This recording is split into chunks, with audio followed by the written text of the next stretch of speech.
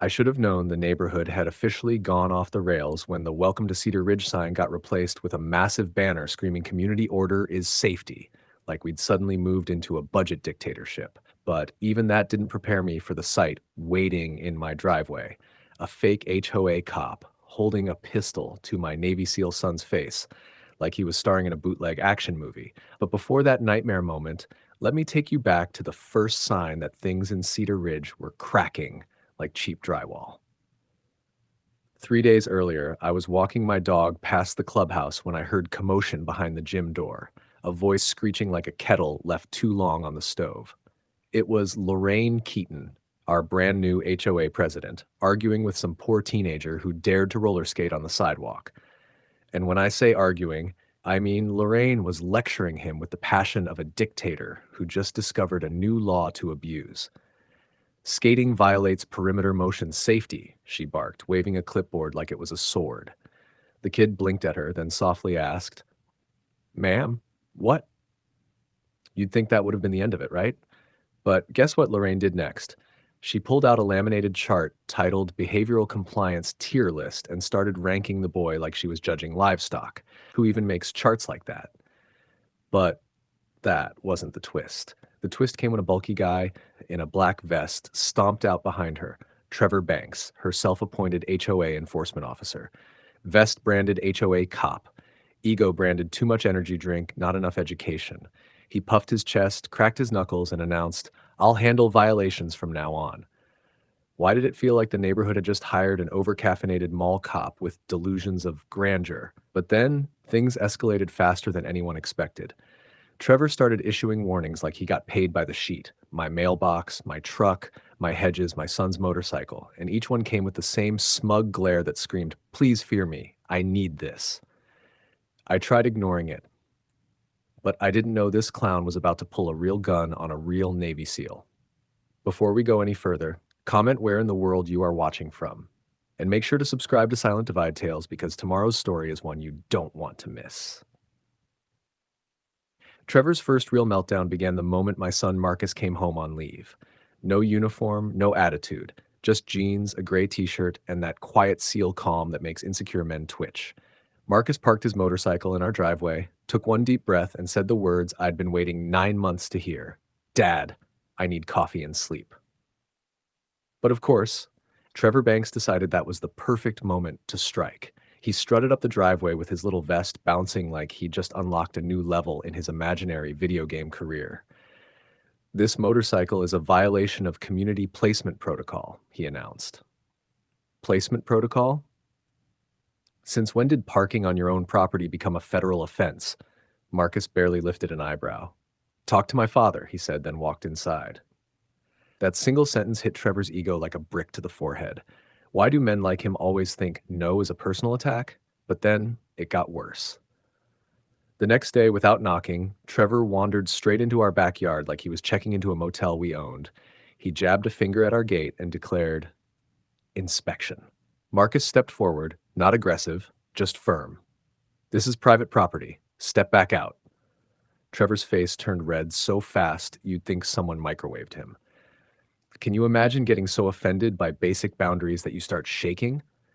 But instead of backing down, Trevor escalated. He followed Marcus all the way to the driveway, ranting about enforcement authority and compliance laws like he'd swallowed a policy manual whole.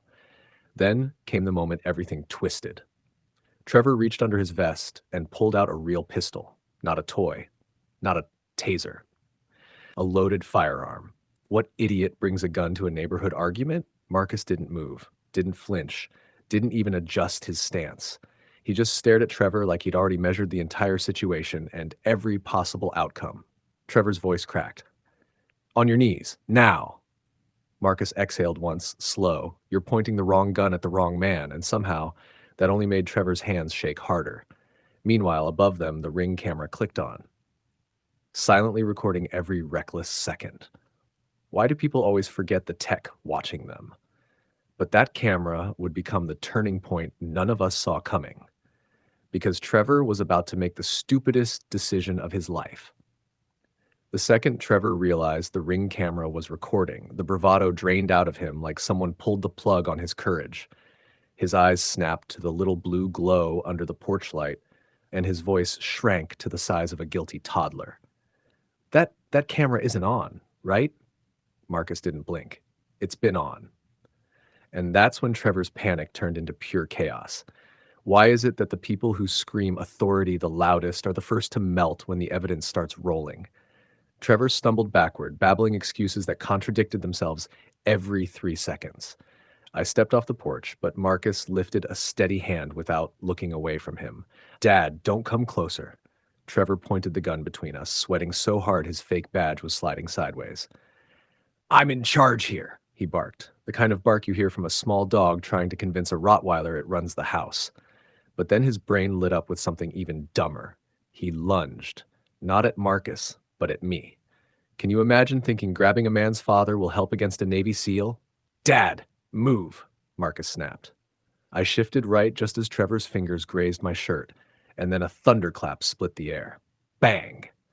Trevor dropped instantly, screaming as he clutched his thigh. Blood soaked through his jeans, and he flailed in the dirt like a man surprised that consequences actually exist. "You shot me," he wailed. Marcus didn't budge. "You tried to take my father hostage," Trevor whimpered, rolling to his side. But, I didn't mean. You pointed a gun at me," Marcus said coldly. "And you threatened my dad. You don't walk away from that."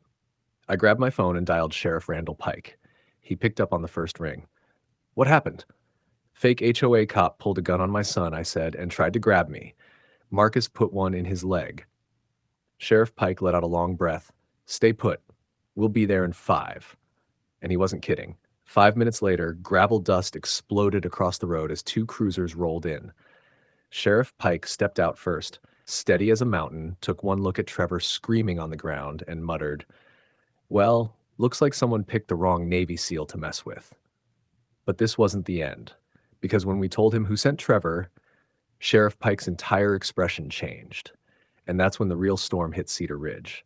When we told Sheriff Randall Pike that Lorraine Keaton sent Trevor to apply pressure, he didn't even pretend to be surprised. He just rubbed his jaw and muttered, "Figures, she's been poking the bear for months. Guess she finally got herself bit." But what happened next? Oh, Cedar Ridge wasn't ready. 3 days later, just as the HOA office opened, deputies marched straight through those glass doors like they were entering a discount crime scene. Lorraine was in her usual spot, behind the desk, clutching her clipboard like it was a royal scepter. The moment she saw uniforms, she puffed her chest and tried her presidential voice. "What is the meaning of this? I have community immunity." Community immunity. Can you imagine saying that out loud with a straight face? But the deputies didn't argue. They simply read the charges: conspiracy, misuse of HOA funds, ordering an unlicensed enforcer, filing false reports. Lorraine's jaw dropped so hard I swear I heard it click.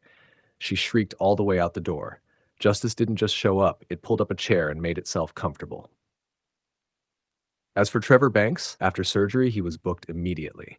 Impersonating an officer, aggravated assault, attempted kidnapping, brandishing a firearm, the list kept growing. 11 years. No bail, no sympathy, no more tactical fantasy hour. Can you believe the same man who screamed, "I'm the authority," ended up crying in the dirt because he forgot what authority actually is? But the best moment came after the dust settled. That evening, Marcus and I stood on the porch as the sun dipped behind the trees. The road was quiet again. No fake cops, no threats, no nonsense. Marcus had his hands in his pockets, shoulders finally relaxed. "You all right?" he asked. I nodded. "You?" he smirked. "Yeah. Trevor should be grateful I went for his leg." I laughed. The first real laugh since the whole mess started. And in that silence, with the breeze cutting through the pines, I realized something simple but powerful. My son didn't just protect me.